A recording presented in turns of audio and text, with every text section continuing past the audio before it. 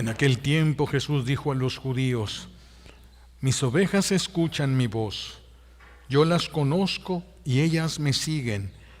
Yo les doy la vida eterna y no perecerán jamás. Nadie las arrebatará de mi mano. Me las ha dado mi Padre y Él es superior a todos. Y nadie puede arrebatarlas de las manos de la mano del Padre. El Padre y yo somos uno. Palabra del Señor.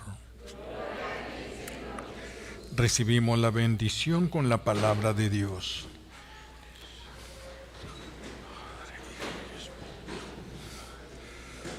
Siéntense, por favor. Gracias. Gracias.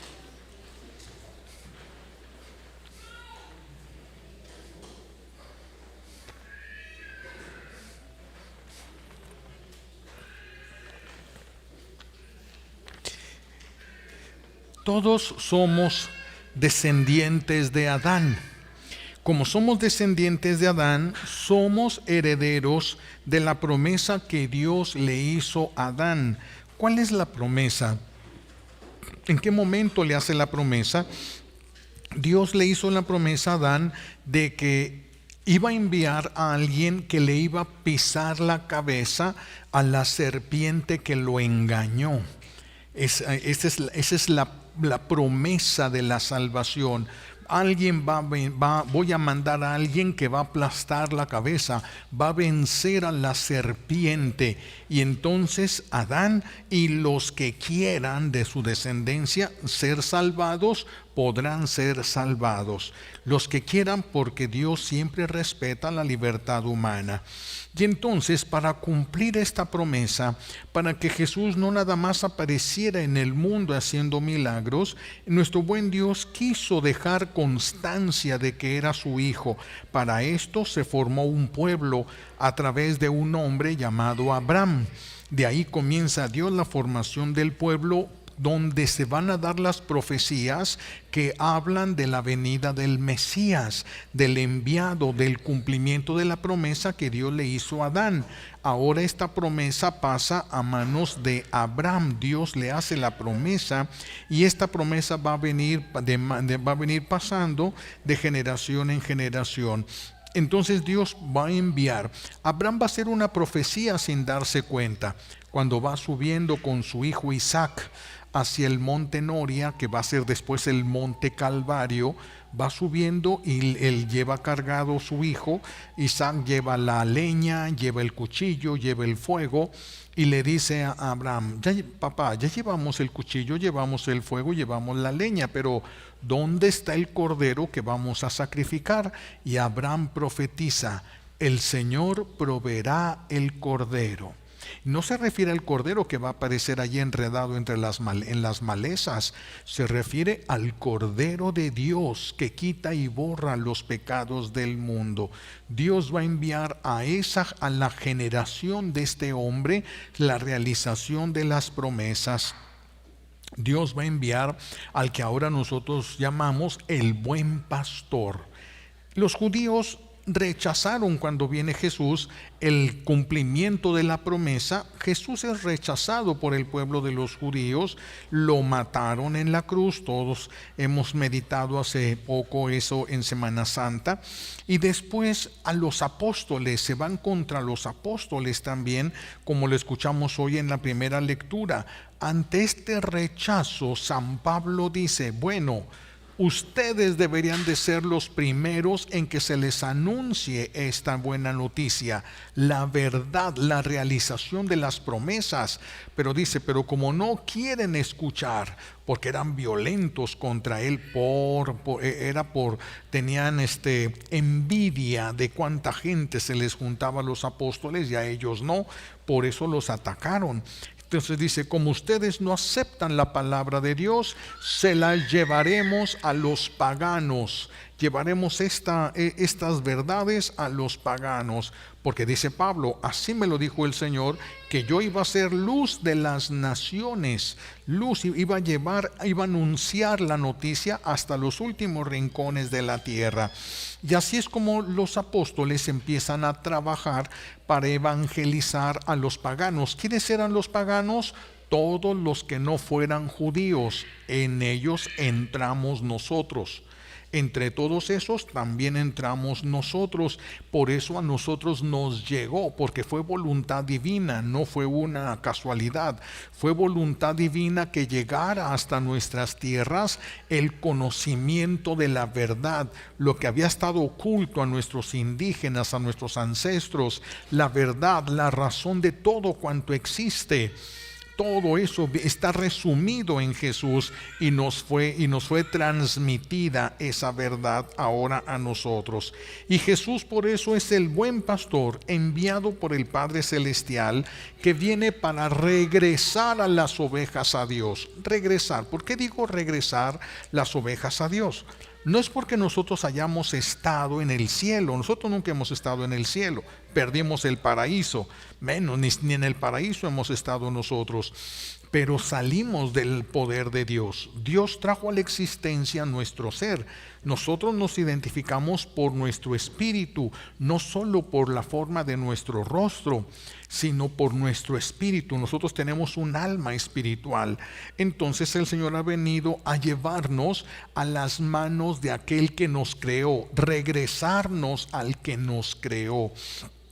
Viene Jesús entonces como buen pastor, enviado del Padre Celestial, a llevarnos como ovejas a la casa del Padre Celestial, sin obligar a nadie. La fe no se puede obligar, la fe se puede contagiar si la tenemos, pero no se puede obligar a nadie a creer.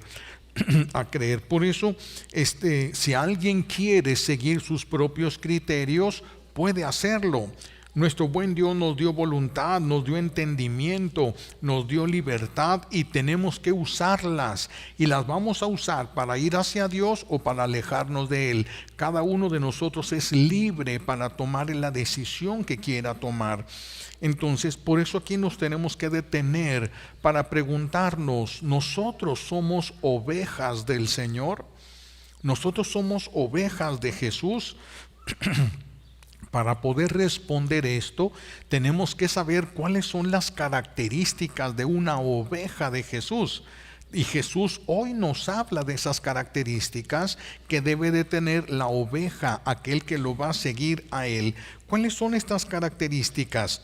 Vamos a verlas. Dice Jesús, primera característica, mis ovejas escuchan mi voz. Mis ovejas escuchan mi voz. Nuestro buen Dios siempre habla. Siempre nos ha estado hablando a nosotros. Dios habla muy claro, pero muy bajito. Entonces, si nosotros no guardamos silencio, no vamos a poder escuchar al Señor. Dios siempre nos habla muy claro, pero nos habla muy bajito. A veces nosotros hablamos con Dios sin darnos cuenta. El Señor nos habla y entonces empezamos a pensar, ¿cómo le haré? Ya intenté todo y nada da resultado, ¿qué puedo hacer? Y luego viene la palabra clave, Señor, ayúdame. Y entonces viene una luz del cielo y la persona dice, ay, sí, cierto, no se me había ocurrido esto. Es que Dios le está hablando, no se le pudo haber ocurrido. Es que Dios le está hablando, Dios le está poniendo. Nuestro buen Dios puede ponernos imágenes en la mente, puede ponernos una especie de voz en nuestra mente, puede poner mociones internas, mociones, es decir, impulsos en el corazón.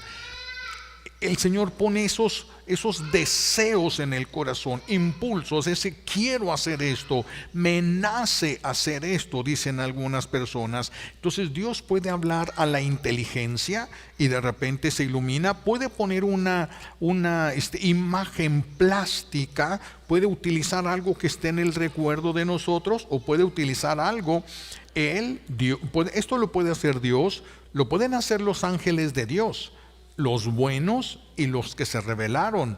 Ellos pueden hacer, ya hemos hablado de esto, por eso nomás lo voy a tocar de pasadita. El enemigo de Dios puede ponernos representaciones mentales falsas. Y entonces la persona le dice, la mamá le dice a su hijo, dame las llaves del carro. Y el hijo, yo ya te las di.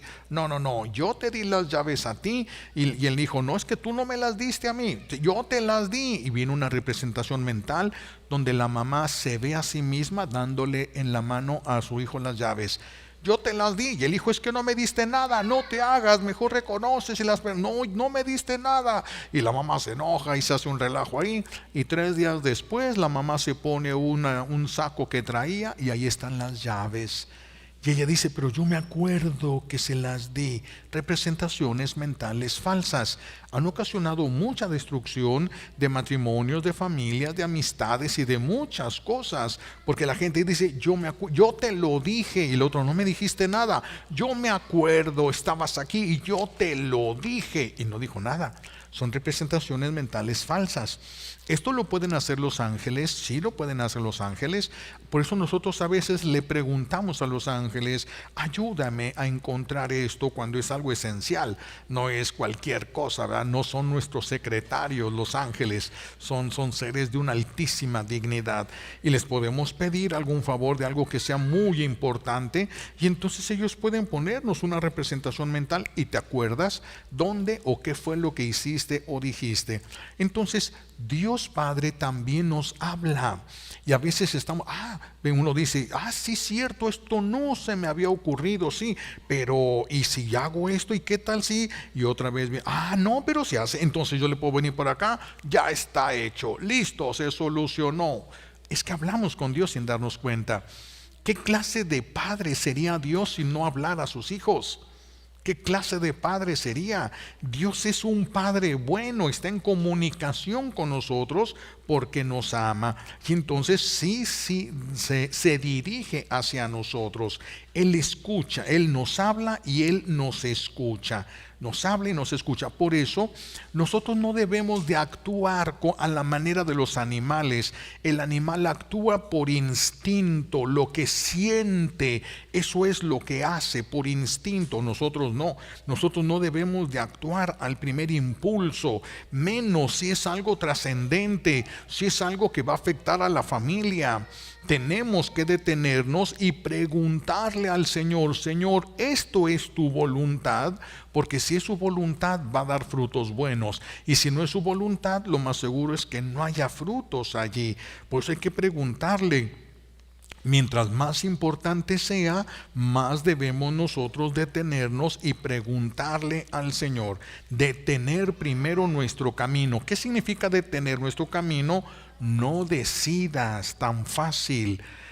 Si tú tienes alterado las emociones, tienes alterado los sentimientos, no decidas. No decidas, porque en ese momento la persona está ciega, es manipulable. ¿Cuántos se casaron porque sentían que querían casarse con esta persona? Sentían que era la persona indicada. Y ahora, ya que bajó la emoción, ¿qué hice, Dios mío? ¿Qué hice? Porque actuaron sin detenerse, sin pensar, solo dejándose llevar por unas emociones que nosotros tenemos desordenadas desde el pecado original. Eran sentimientos y ahora son pasiones desordenadas. Por eso el enamoramiento ciega a la persona. Dice la sabiduría popular, el amor es ciego, pero los vecinos no. Y todos ven, eso no va a funcionar. Y ellos, sí. Y hasta que baja eso es esas que también interviene la química de nuestro cuerpo en el enamoramiento.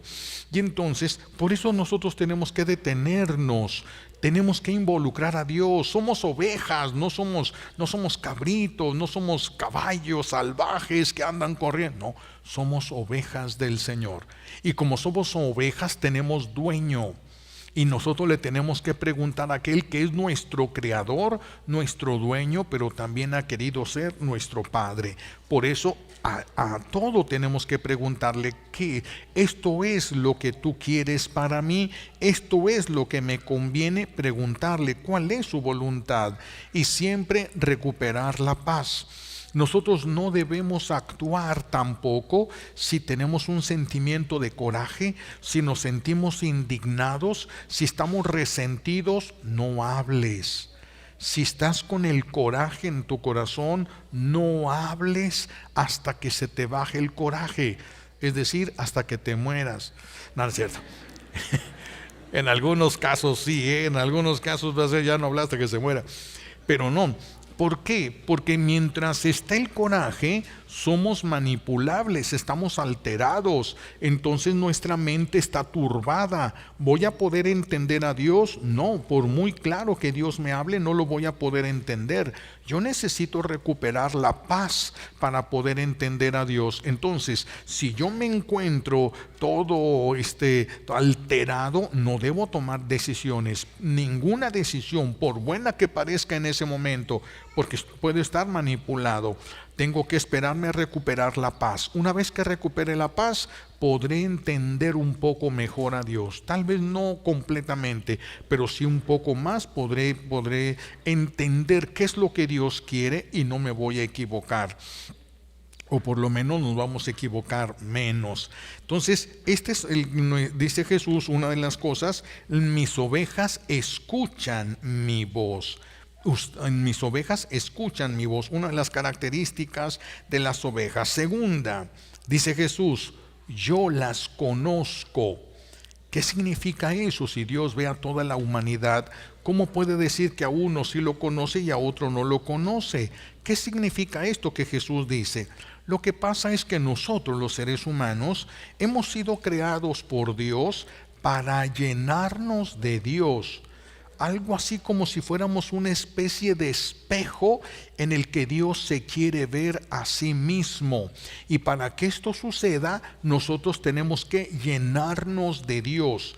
Tenemos que usar las potencias que Él nos ha dado para llenarnos nosotros de Dios. Llenarnos de Dios. Si nosotros nos llenamos de Dios, ¿cómo? Pues siendo dóciles a su voluntad, haciendo la oración, comulgando, cumpliendo la voluntad de Dios, nos va llenando de Él necesariamente. Si nos llenamos de Él, imagínense, yo me lleno de Dios, me lleno de Jesús. Cuando yo vaya al juicio, Jesús va a poder decirme, no te reconozco si estoy lleno de Él. Sería como no reconocerse a sí mismo. Es imposible que no me reconozca si estoy lleno de Él. Entonces, por eso necesitamos llenarnos de Dios para que Él nos reconozca como suyos, porque estamos llenos de Él. En cambio, el que hace el mal, el que acepta el pecado en su vida, el pecado expulsa a Dios de nosotros y entonces quedamos vacíos de Dios. Si nosotros quedamos vacíos de Dios por el pecado, porque nos alejamos, porque nos permitimos enfriar, entibiar, si nosotros nos alejamos y perdemos a Dios, y si Dios no se ve a sí mismo, no me conoce, no se reconoce en mí, entonces no me reconoce como suyo. Para que Dios me reconozca suyo, tengo que llenarme de Él. Por eso es tan importante la comunión, por eso es tan importante la oración. Necesitamos llenarnos de Dios para que Él se pueda encontrar, Él se refleje en nosotros y sepa perfectamente que nosotros somos suyos. Entonces, segunda característica de las ovejas, yo las conozco. Tercera, dice Jesús, mis ovejas me siguen. Esto es bien importante. Esto es bien importante. Él, nuestro buen Dios, no obliga a nadie a que se salve. Nadie va a entrar al cielo a la fuerza. El que quiera. Él nos va a dejar la libertad, como dejó la libertad a los ángeles, y una tercera parte de los ángeles utilizó su libertad para ponerse contra Dios, porque eran tan libres como para poder hacerlo. Se ponen contra Dios y es cuando empieza a existir el infierno.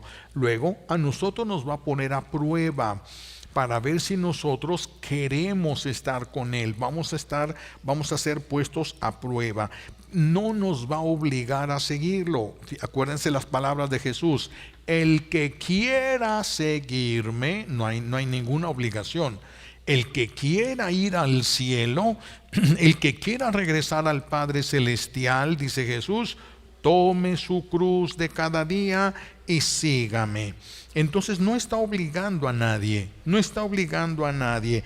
Por eso el pastor es diferente de las chivas, el que lleva chivas del que lleva ovejas, porque el que lleva un rebaño de ovejas, un pastor, abre la puerta del redil. El redil es como un corral propio para ovejas, y el buen pastor se va caminando adelante y las ovejas van haciendo fila, se van en grupito detrás de su pastor, lo reconocen y van detrás de él.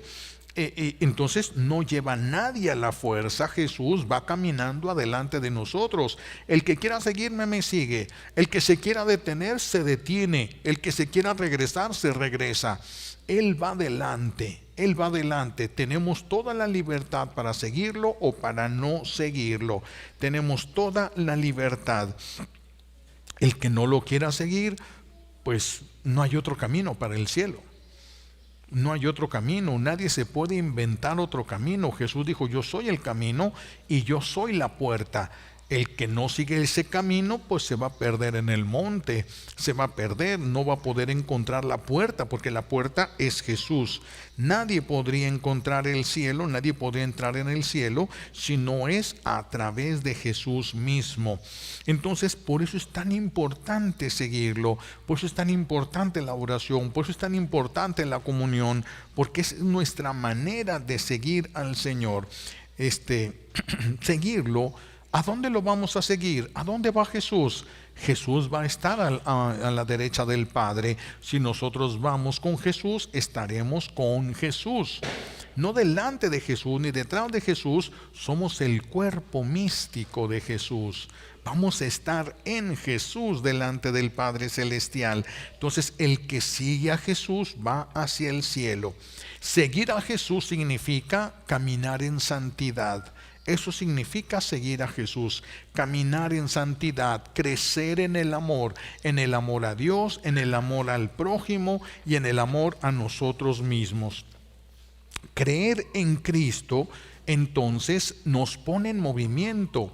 La fe no es algo pasivo, no es yo creo en Diosito, yo creo que Dios es bueno, yo creo que Dios a todos nos va a perdonar y nos va a llevar. La fe no es algo, no es una idea, la fe no es algo personal. La fe es un impulso que viene de Dios, porque la fe nos la regala Dios para llevarnos a Él. La fe nos pone en movimiento, nos pone a caminar detrás de Jesús. La fe nos exige la conversión. Creer, por eso repito, no es un sentimiento, es una fuerza que vamos a tener, que nos va a impulsar para tener una nueva vida. Decía San Pablo, ya me ven a mí, pero ya no soy yo, ya es Cristo el que vive en mí. Les hice un bien, no me lo agradezcan a mí, porque no fui yo, es Cristo que vive en mí, que tiene el control, el dominio de mi vida. Él es el que hace las cosas. Si yo te hice un bien, no me lo agradezcas a mí, agradéceselo a Él, porque Él es, yo estoy lleno de Él y Él es el Señor de mi vida. Entonces Creer, vean cómo no es pasivo, creer es muy activo, nos exige mucho, mucho, nos exige caminar, no podemos sentarnos, no podemos dormirnos en nuestros laureles, aquí como se dice aquí en México, para decir que alguien se quedó dormido sin preocupación ninguna y sin importarle nada. No podemos dormirnos en nuestros laureles, tenemos que caminar con Cristo, tenemos que caminar con Él una vida nueva hasta que digamos las mismas palabras de Pablo: soy yo, pero ya no soy yo, ya es Cristo que vive en mí. Es a Él a quien ven, es a Él a quien escuchan, porque si San Pablo no dice nada, o si fuera yo, si yo no digo nada que no venga de Dios, entonces lo que ustedes escuchan es de Dios.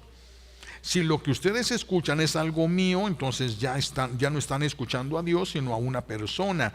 Nosotros aquí por eso tenemos que seguirlo a Él, su doctrina, su pensamiento. Eso es lo que nosotros tenemos que hacer vida en nosotros. Creer en Dios, pero no actuar. Creer en Dios, pero no seguirlo. Creer en Dios, pero no buscar la conversión. Creer en Dios, pero no importarnos la santidad, es lo mismo que no creer. Si no crees, no vas a llegar a ningún lado. Y si crees y no haces nada, tampoco es lo mismo. Cuando no haces nada, es lo mismo que no creer. Cuando no actúas, cuando no buscas la santidad, es lo mismo que no creer. Otra característica que tenemos que ver aquí, dice Jesús: yo les doy la vida. ¿Cuál vida? La de Él. Yo les doy. Y fíjense, el verbo no está en futuro. No dijo yo les daré la vida. No está en futuro. Está en presente. Yo les doy la vida. Desde ahorita nosotros estamos recibiendo la vida de Dios. Nosotros desde ahorita podemos llenarnos de la vida de Dios hasta que nuestra vida sea su vida, o la vida de Dios sea la de nosotros, porque nos está compartiendo Dios su vida. Nos está compartiendo el Señor su misma vida divina, aunque de momento no se siente, pero nos está preparando para que recibamos todo lo que vamos a vivir en el reino de los cielos. Porque es que este es el misterio al que se le llama la inhabitación trinitaria, la Santísima Trinidad en pleno.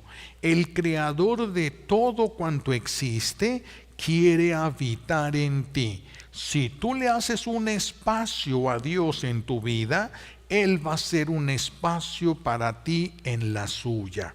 Por eso la inhabitación no es forzosa, es aquel quien lo acepte, aquel que lo quiera, aquel que lo quiera recibir. El Señor se hará presente de una manera o de otra en la persona. Otra característica de ser ovejas del Señor, algo que dice Jesús: que no morirán para siempre. Que no morirán para siempre. ¿Vamos a pasar por la muerte? Sí, porque nosotros estamos siguiendo a Jesús y Jesús murió. Entonces nosotros vamos a tener que pasar por la muerte para poder llegar a la vida eterna.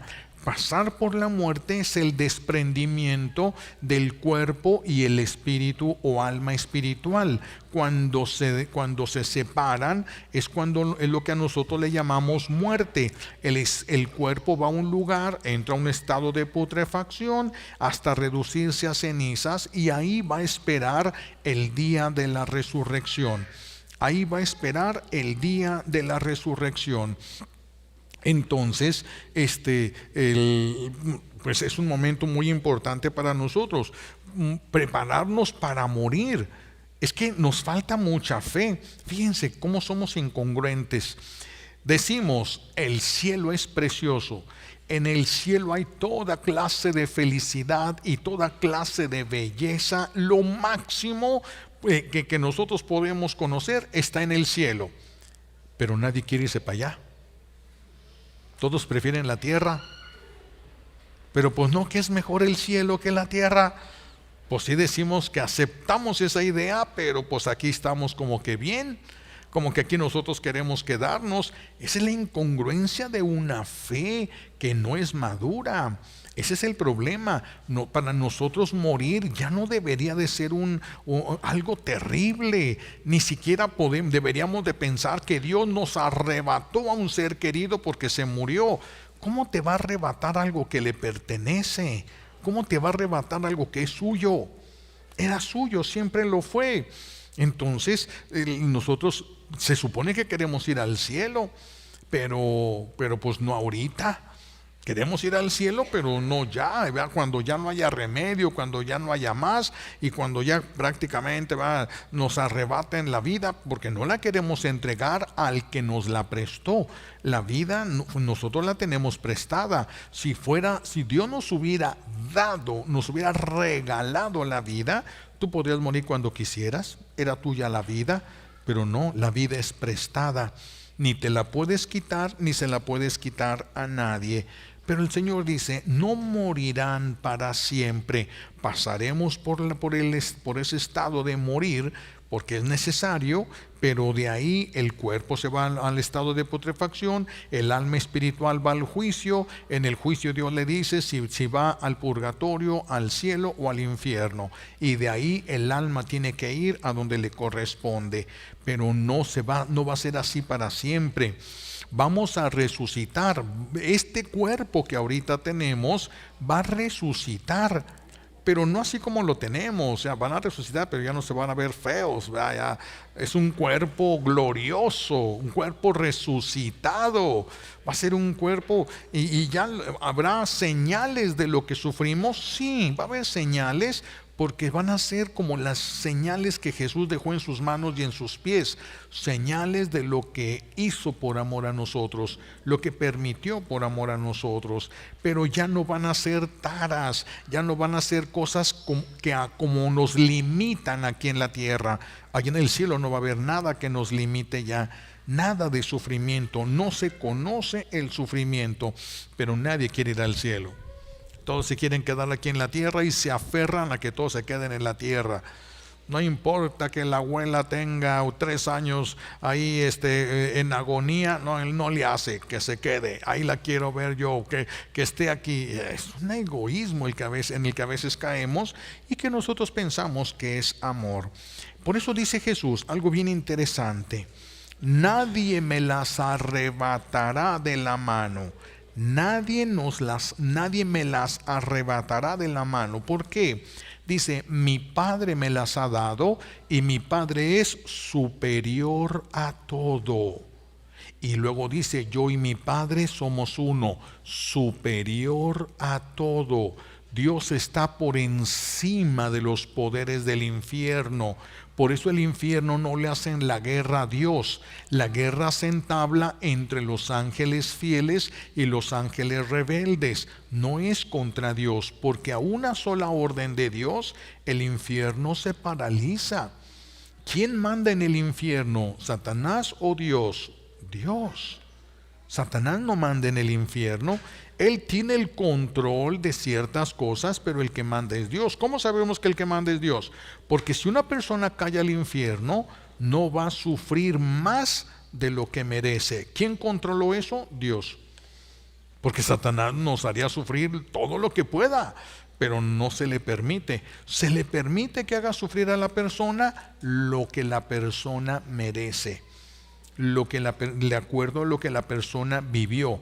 Entonces, ¿quién tiene el control? Dios. Claro que Satanás, como dicen los místicos, lleva la copa de su propio odio a los demonios que van a atormentar a los seres humanos que caen en el infierno, para que los atormenten como si él personalmente los estuviera atormentando. Así de que si ellos tienen permiso de llegar hasta 7 de nivel de sufrimiento, que nunca baje ni un poquito, mantener al tope lo que les es permitido, pero no puede hacer sufrir más a una persona de lo que le corresponde. No tiene ese poder, a pesar de que diga que reina en el infierno. pues manda sobre los demonios, pero en el infierno se cumple la ley de Dios. Lo que Dios impuso, así se queda. Por eso dice Jesús, nadie las arrebata de mi mano, nadie se las puede arrebatar. Pero si nadie se las puede arrebatar, ¿por qué nos hace tanto daño Satanás? ¿Por qué nos hace tanto daño? ¿Por qué nos hace sufrir tanto? Lo que pasa es que Satanás ni todo el infierno junto le pueden arrebatar una sola oveja de la mano a Jesús. Pero nosotros sí nos podemos bajar de la mano de Jesús, haciendo un mal uso de nuestra libertad y de nuestra voluntad, equivocándonos o siendo engañados como Adán, siendo engañados por el enemigo de Dios, y aceptemos algo que es pecado que pareciera que era bueno, y entonces nosotros solos nos bajamos de la mano de Dios.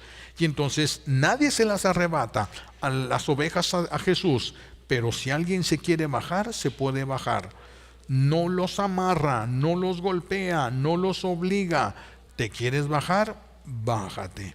Es tu voluntad, es tu libertad. Haz lo que tú consideres. Pero Jesús deja en claro, nadie me las arrebata de mi mano. Y verdaderamente nadie. Por eso podemos ser santos. Porque si nosotros queremos ser de Dios, el Señor tiene poder para defendernos. Pero si somos débiles, si todavía no hemos renunciado al mal verdaderamente, pues vamos a tender a bajarnos, vamos a decir hoy sí, mañana no, hoy la gracia de Dios, mañana algún pecado cualquiera que éste sea, porque el enemigo nos va a ir presentando todos los pecados de lo que él sabe que nosotros somos débiles. Por eso dice Jesús, repito, nadie me las arrebatará de mi mano. Mi Padre me las ha dado y Él es superior a todo, a todo. Y el Padre y yo, dice Jesús, somos uno. Él es superior a todo, absolutamente a todo. Ahora, ¿qué nos vamos a llevar de tarea entonces? ¿Qué les invito? Hay muchas cosas que podríamos trabajar en esta semana. Primero, pensar, ¿tú tienes las características de una oveja de Jesús? ¿Tienes las características de una oveja? ¿Tú lo escuchas? ¿Tú lo conoces? ¿Te conoce? Si Jesús te viera ahorita, ¿se reconocería a sí mismo en ti? ¿Se vería a sí mismo en ti si ahorita mismo Él te viera? Si ahorita en lugar de estar aquí sentado estuvieras muerto, estuvieras muerta, si en lugar de estar aquí sentado y te presentaras delante de Jesús, Él podría ver su reflejo en ti. ¿O tú viviste según tus propias leyes, según tus propios caprichos, según tus propias ideas? ¿Qué es lo que hiciste? ¿Seguiste las ideas del mundo que te parecieron bien? ¿Qué hiciste? ¿Qué hiciste? Porque hay tantas personas que traen confusiones graves y piensan que son católicos perfectos y piensan que están de acuerdo con Dios. Piensan muchos de ellos y no se dan cuenta de que están verdaderamente fuera de Dios y alejándose de Dios con su manera de pensar. Por eso hay que detenernos esta semana para también pensar, ¿tú guardas silencio para escuchar a Dios? ¿Guardas silencio? Es que hay personas que llegan delante de Dios, se ponen de rodillas y entonces empiezan, Señor, te pido por mi hijo, te pido por mi hija, te pido por una casa, te pido eso, te pido lo otro, te pido aquello. Y Dios escuchando, escuchando, escuchando. Y cuando Dios le quiere decir algo, se levanta y se va. Y deja a Dios con la palabra en la boca. Y luego dice, es que Dios no me ayudó. No, es que tú no te detuviste a escucharlo. Es que a ti ni siquiera te importó escucharlo, lo que tú querías hacer y pensabas que venía de ti y pensabas que era lo mejor y destruyó tu vida. Y destruyó tu vida. Entonces tenemos que cuidarnos, tenemos que detenernos. Tú guardas silencio para escuchar a Dios. le pides ayuda y guardas silencio, no un silencio de vacío como las meditaciones que se ofrecen hoy en día, de vaciar la mente. Y nosotros no queremos vaciar la mente, nosotros queremos llenarla de luz de Dios, queremos llenarla de Él. Nosotros no queremos vaciar el corazón, queremos crecer en el amor a Dios. Por eso no seguimos ideologías ni filosofías ajenas, no las necesitamos. No necesitamos de nadie. Si tenemos la asistencia del Espíritu Santo, los demás ocupan de nosotros. Nosotros no ocupamos de nadie, porque tenemos la asistencia del Espíritu Santo. Entonces, por eso el guardar silencio, hablar y guardar silencio para escuchar a Dios, para escuchar. Por eso decía, si el Señor te ve ahorita, estuvieras ante su presencia, tu manera de hablar lo reflejó. Tu manera de pensar lo refleja Él. Tu manera de solucionar las cosas refleja a Dios. Tu manera de pensar, todo tiene que hablar de Dios en nosotros, para que todo sea un reflejo de Dios. Y si Dios se encuentra a sí mismo en nosotros, eso es garantía de cielo eterno. Eso sería garantía de cielo eterno.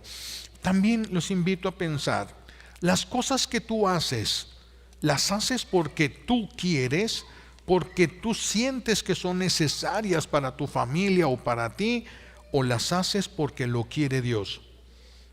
¿Cómo vives?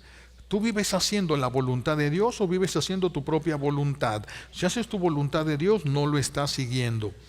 Si haces la voluntad de Dios, sí estarías siguiéndolo, aunque sea haciendo lo mismo.